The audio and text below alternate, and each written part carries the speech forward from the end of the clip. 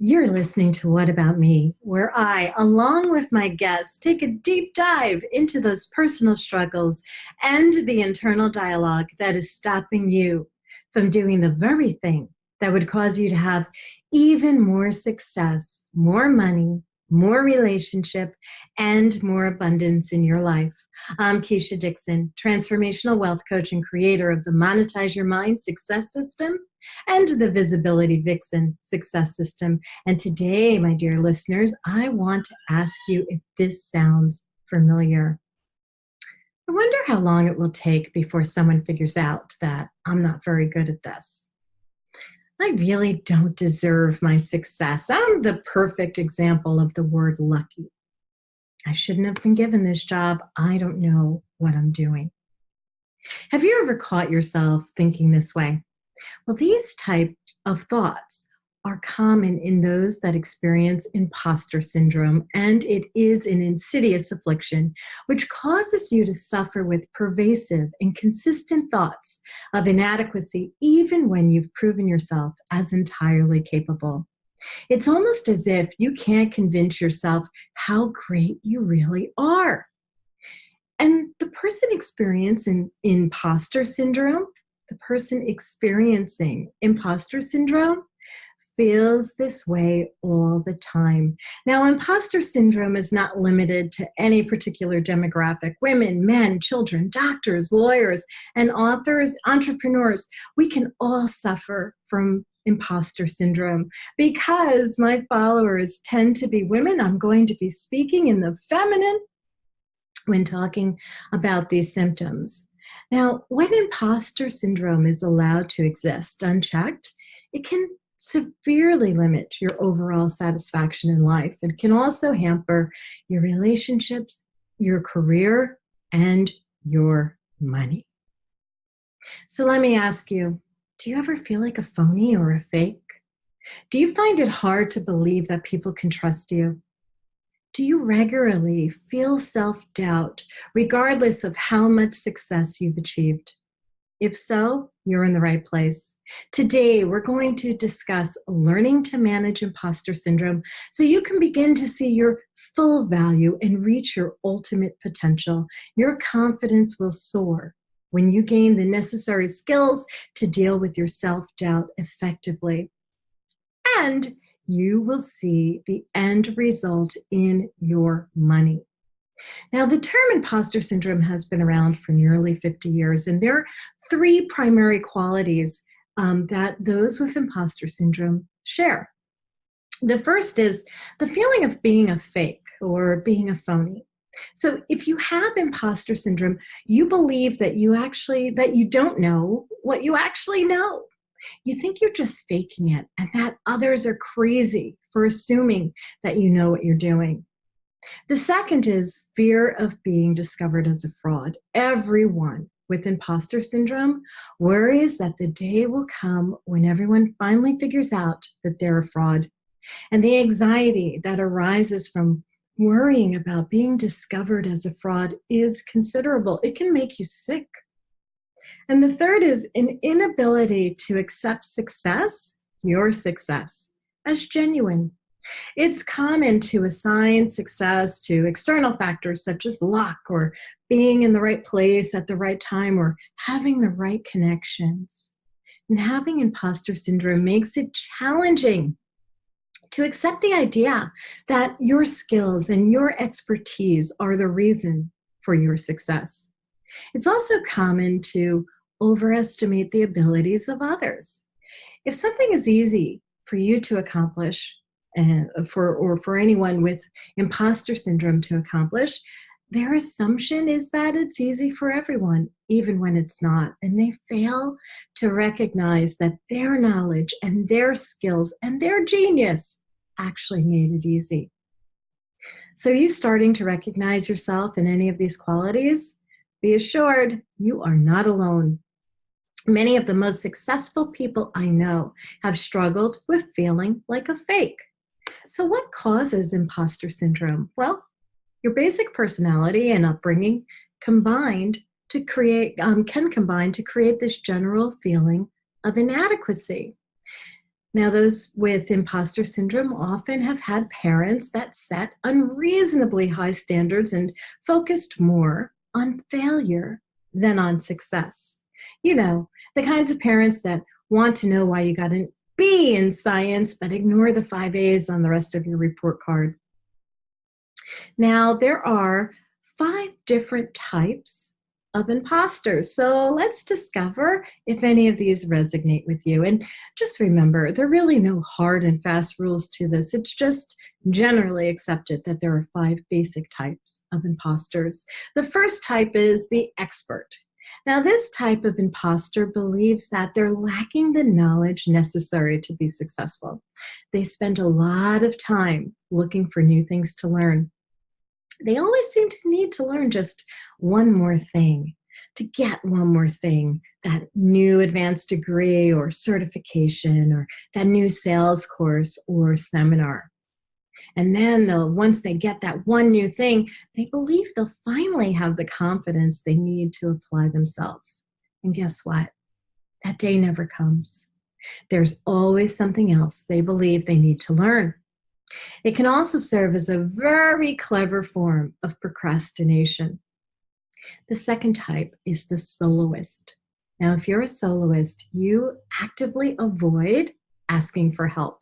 You feel you must do everything on your own because you believe that you'll be exposed as a fraud if you ask for help. And you believe that a true expert never, ever needs help. When in reality, experts get help all the time. The third type of imposter in imposter syndrome is the genius. Now, the genius feels inadequate or a touch of shame or embarrassment if she can't complete a task easily. After all, an expert should be able to handle everything and anything quickly and easily. The fourth type, this is a tough one, is the perfectionist. The perfectionist sets impossibly high standards for herself, and she confirms her lack of expertise by failing to attain those high standards. If she actually does attain her high standards, she believes she should have done more. It really is a no-win situation. And the fifth type is the superhero. Now, the superhero secretly believes that she's incompetent when she compares herself to her peers and to her colleagues. So she attempts to prove her worth by outdoing everyone. She's the woman that works weekends when it really isn't necessary. She comes in early, skips breaks, and stays late. She sits at her desk all day in an attempt to push out new content and new programs. And if she's an entrepreneur, she changes her offers every few months. Now, women who suffer from imposter syndrome have outward success and the ability to make money and to make lots of it, but they also tend to lack the savings that makes them feel safe and secure. And their debt often feels punishing. Unconsciously, they sabotage themselves to feel unsafe or insecure in their money, and they unconsciously recreate the feelings of punishment for the crime of not being enough. And they recreate that feeling in their debt. Because let's face it, waking up in the middle of the night thinking about bills or counting in your head the dollar amounts where you fall short, that feels punishing, doesn't it? For me, imposter syndrome manifested itself in my money because I kept giving it all away. It was almost like a perpetual sacrifice, a love offering to those who I secretly believed deserved more than I did. Whether it was in the form of family, friends, or clients, I was giving it all away. And my crime in my mind was the luck of being that accidental leader or being in the right place at the right time. I believed in my heart of hearts that my success was accidental, the luck of the draw, and had nothing to do with my skill set, my genius, or even the seeds that I had planted along the way, or my resilience. In fact, once, after receiving a huge promotion in corporate, 4 months, my internal dialogue was, oh, they've made a mistake. They meant to give this promotion and income to another woman in the office whose name also happened to be Keisha. And for months, oh my God, I dreaded the day that they would find out their mistake. I dreaded going into work. I felt like I was going to be called into human resources to be told they've made a terrible mistake. Imposter syndrome really takes a massive toll on your health by the worry and the anxiety and the stress of being discovered. That can really be debilitating. It also takes a massive toll on how much money you believe it's safe to make and to keep in the form of savings, and how much debt actually makes you feel comfortable. And the debt that you have can feel absolutely punishing. I've told this story many times. I was consistently in the red for over $2,000 a month. It felt safer or more comfortable, even though it was incredibly uncomfortable, for me to keep punishing myself by staying in debt. Now, imposter syndrome doesn't just go quietly away on its own. It doesn't slide away in the middle of the night. So it's important to deal with the beliefs you've developed in your childhood, your basic nature, and the current manifestations of those two items. Dealing with all three provides the best chance for success. Now, when we talk about basic nature, neuroticism, or being neurotic, is a component of imposter syndrome. Those who are neurotic have an innate tendency to worry, have negative expectations of the future, focus on personal shortcomings and weaknesses, and struggle to enjoy daily life in general. Now, by addressing your neurotic tendencies, that can be very helpful with imposter syndrome and also with your overall happiness. Now, before you start flipping out on me for my use of the word neurotic, understand it's not a judgment. One of the 5 major personality traits is neuroticism, and we all fall somewhere on the neuroticism or neurotic scale. And those with imposter syndrome just tend to reside at the higher end of the scale. And I get it. It's tough to alter, if not impossible, to alter your basic nature. But there are tools that you can use to enhance your outlook on life and how you handle stress and how you handle worry and anxiety. One of the tools, the modality that I love to use, is emotional freedom technique or tapping. It's an excellent tool that we all have at our fingertips. It's literally the only clinically proven mind-body connection tool that is proven to measurably reduce or eliminate quickly the stress, the worry, and anxiety. Stress, worry, and anxiety, it brings down your fight, flight, or freeze response. And it also helps with the practice of intentional mindfulness. Intentional mindfulness is another tool that you can use to manage, reduce, or dissolve imposter syndrome. By keeping your mind in the present moment, that's the first part of mindfulness. Intentional mindfulness consists of first focusing your thoughts on whatever you're doing in the moment or on some aspect of your immediate environment. The second aspect of mindfulness is noticing your emotions and thoughts without judging them. When you do this while using a powerful tool like tapping, it takes away the emotional charge. So when you're feeling anxious or stressed or worried, try to breathe and relax and notice, how do you experience that anxiety in your body? How does it feel? And where are you feeling it? And then start tapping through the acupressure points while saying out loud what you're noticing and what you're experiencing. You can look on my website at www.keishadixonthethappingqueen.com to see where those acupressure points are. It's remarkable how attuned we become to our mind and our body connection as we tap. Another useful tactic to bring down feelings of imposter syndrome is engaging in positive self-talk. You know, You can't experience neuroticism if you're not saying negative, doom and gloom things to yourself. So investigate and observe. How do you speak to yourself? And develop a habit of saying positive, encouraging things to yourself. Now, this might take a lot of work and a lot of observation, and you're building a new habit. So be kind to yourself as you're doing it, because I promise you the results are worth the effort. Another tactic to bring down the imposter syndrome is to stay focused on solutions. People who tend to worry a lot focus on their challenges, right? And they focus on negative outcomes. So by avoiding thinking that way when you're faced with something that concerns you, just look for a solution and then implement it. Here's the thing. If there's no solution to be found, there's absolutely no value in worrying about it. Here's another tactic, and it's a toughie. Try to let go of being perfect. Let go of trying to be perfect.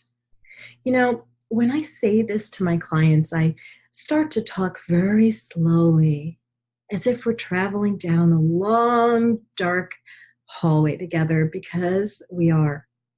A vow to be perfect makes so much sense to some of the smartest women on the planet. And if you're one of those brilliant women feeling the need to be perfect, the world is a challenging and scary place, because when you need to be perfect, there's really only one way that things can go correctly, and an infinite number of ways that things can go wrong. And you're left with feeling and manifesting, always striving and never quite arriving. And that is disheartening. All right, so we've just talked about what we can do to manage our basic nature, right? And how where you fall on the scale of neuroticism plays a part in imposter syndrome. So now let's talk about our upbringing, or our parents. Let's face it, none of our parents studied parenting for years in school, right? Unless there's a new program that's been developed over the last 30 years. So there's no way for your parents to have been experts, right? Until it almost feels like it's too late, right? It's only after the kids or you've grown that your parents start to have enough experience to parent correctly. Most parents leave something to be desired in their performance. That includes me, and it most likely includes your parents as well. So how do you undo the damage of your childhood or the childhood traumas that you experienced and start feeling less of an imposter? Well, one way is to examine the harmful beliefs that you developed in childhood.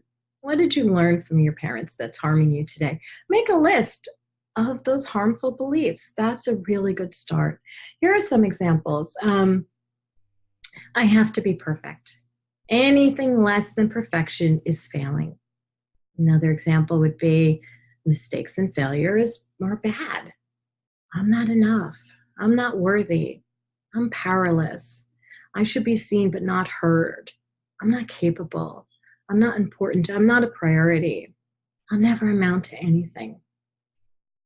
After you have a list, and it might be pretty long, one by one start questioning the beliefs. These beliefs were programmed in you as you assigned meaning to your parents' words and reactions to your behavior and to their environment. And the meaning you assigned was from a childlike filter. So as an adult, ask yourself these questions. What happened that led me to believe this? And try to pinpoint one or more events from your childhood. And then ask yourself, is this the only reasonable interpretation? Were my parents trying to be helpful, but they took a wrong approach? And also ask yourself, what is the best, most helpful interpretation from the experience that led to this belief? So once you have your list, complete the process for all of those negative beliefs that are on your piece of paper, those beliefs that are contributing to imposter syndrome.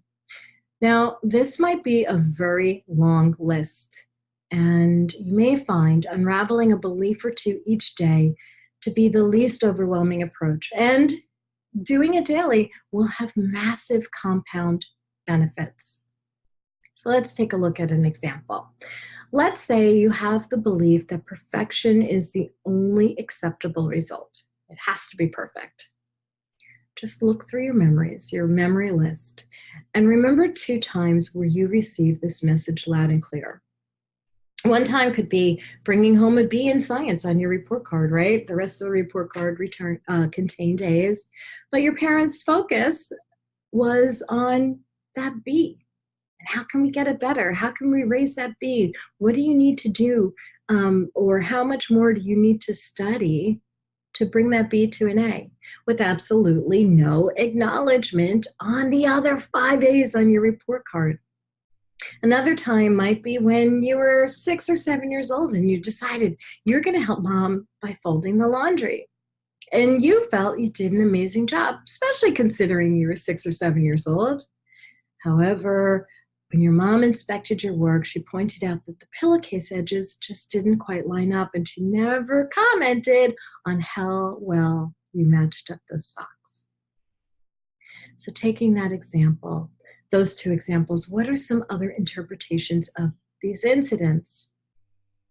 Other interpretations besides that perfection is the only acceptable result?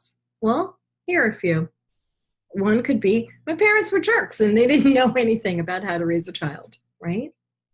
Another interpretation could be, my parents wanted me to learn from my mistakes, so they focused in on my mistakes. My parents didn't want me to become complacent.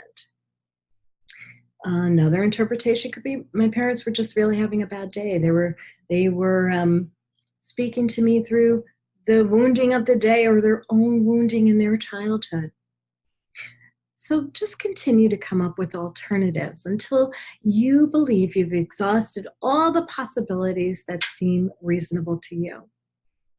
And then pick out the most helpful interpretation that feels believable to you, like, my parents were jerks, or they were simply having a bad day. Now go back to your list and relive the experience in a safe, contained environment, but imagine that your parents' response actually supported your new belief. That would sound something like, oh, I see you matched up. Yeah, I see that you matched up all the socks, but these pillowcases aren't lining up. But I'm a jerk for pointing that out. And just see how that feels. Play with it a little bit.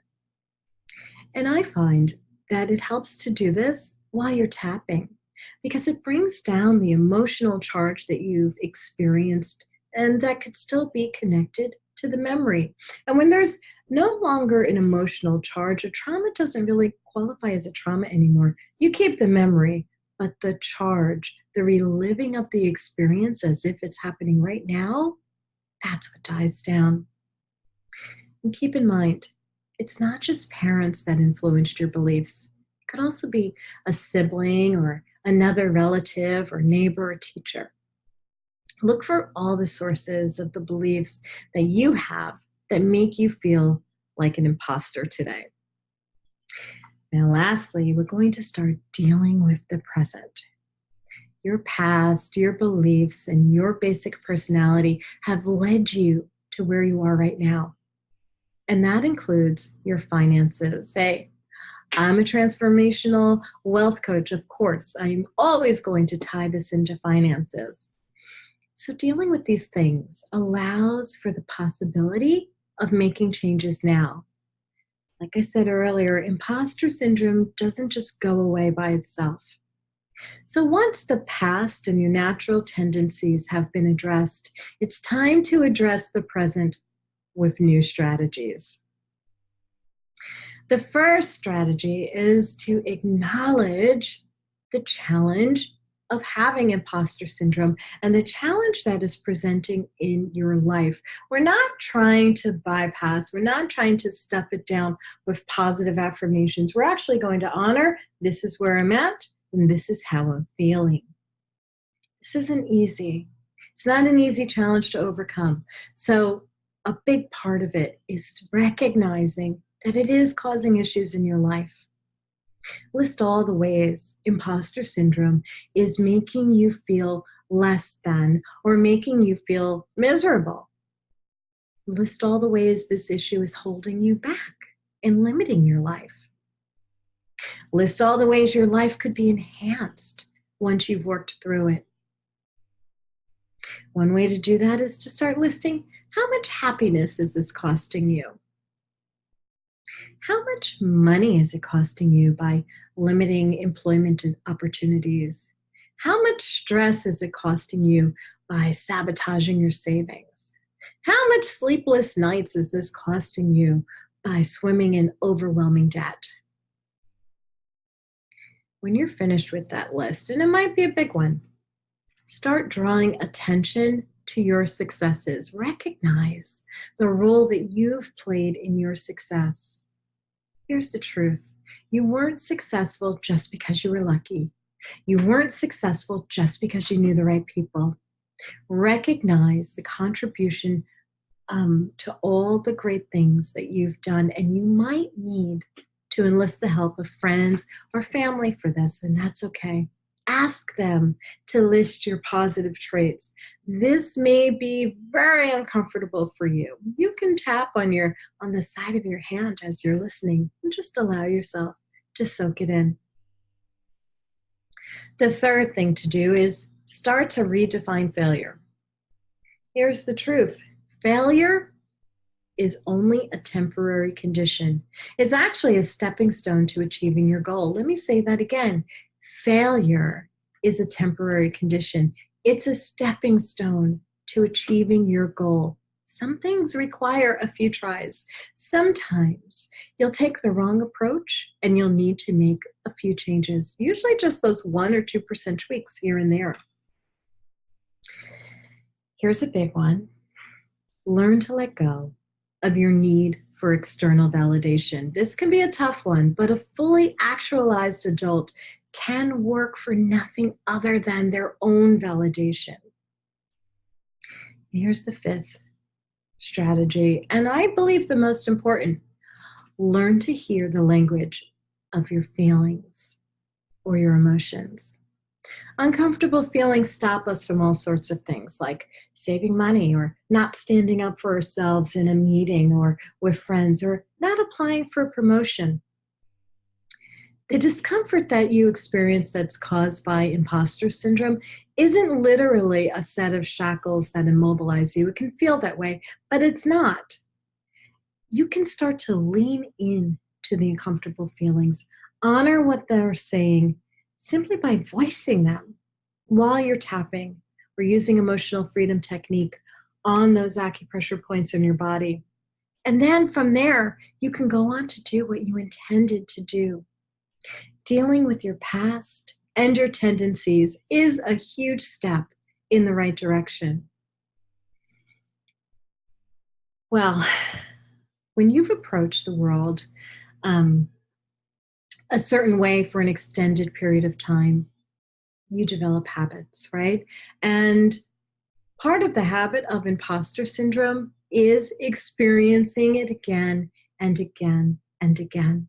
So it's time to disrupt the pattern. If after listening to this broadcast, you've realized that imposter syndrome really has affected you and it's been affecting your money and how big you can play, how all out you can play, how much money you can earn, how much money you can save, then I invite you to break that pattern. And I'm happy that I can help you with that right through my customized income goal assessment. It truly is a game changer, and it's been creating results for women who are ready to increase and meet their income goals. During your customized income goal assessment, you and I will talk one-to-one while I reveal why your money is behaving the way it is, what resistance you have to meeting your income goals, and the exact method I use to assist you to quickly get to your income goal. I'll give you my best recommendations and strategy which I've designed specifically for you, how to move forward towards your income goals. The crystal clear clarity you receive from this call will remove the need for the self-doubt, the uncertainty, the stagnancy, the wondering if you're a fraud, and any desperation in your business, in your life, or in your money. I really do want you to have the relief from the anxiety and the worry. I want you to have clarity, direction, and confidence as you turn your zone of genius into a profitable lifestyle business with my proven process to get you there. So $1 reserves your spot for your customized income goal assessment. Once the call's been completed and you've received your customized assessment, your credit card will be charged $97. But if and only if your customized income goal assessment has provided you with the clarity you need to move forward. And it's also revealed some of the blind spots that have caused you to feel like you are an imposter right now. To book your customized income goal assessment, go to bit.ly/custom goal.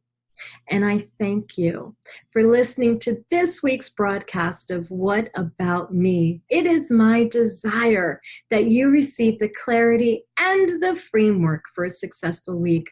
Join me each and every Sunday at 3 p.m. Eastern Standard Time right here on WJMSradio.com as we continue to shine the light of consciousness on those things that are holding you back from living the life of your dreams. I'm Keisha Dixon, transformational wealth coach, creator of the Monetize Your Mind Success System and the Visibility Vixen Success System. I guide women to shatter their internal glass ceiling as they increase their income, doing what they love. Have a great week, everyone.